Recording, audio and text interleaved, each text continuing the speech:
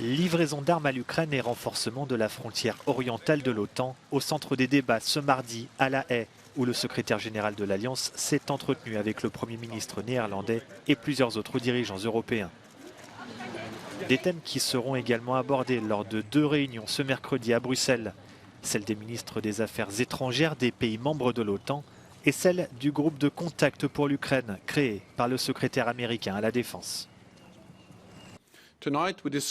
Nous avons discuté de la nécessité d'une présence plus solide et prête au combat, a déclaré le secrétaire général de l'OTAN, Jens Stoltenberg.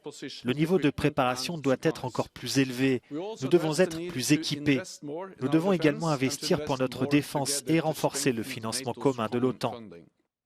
Le Premier ministre polonais a quant à lui évoqué le soutien à l'Ukraine.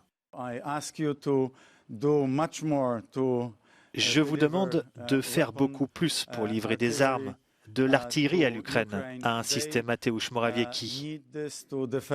Ils en ont besoin pour défendre leur pays, pour défendre leur intégrité territoriale et leur souveraineté. Où est notre crédibilité si l'Ukraine échoue?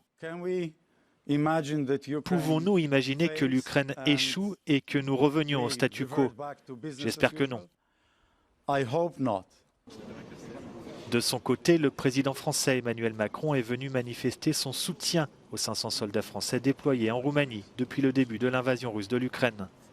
Il se rend ce mercredi en Moldavie.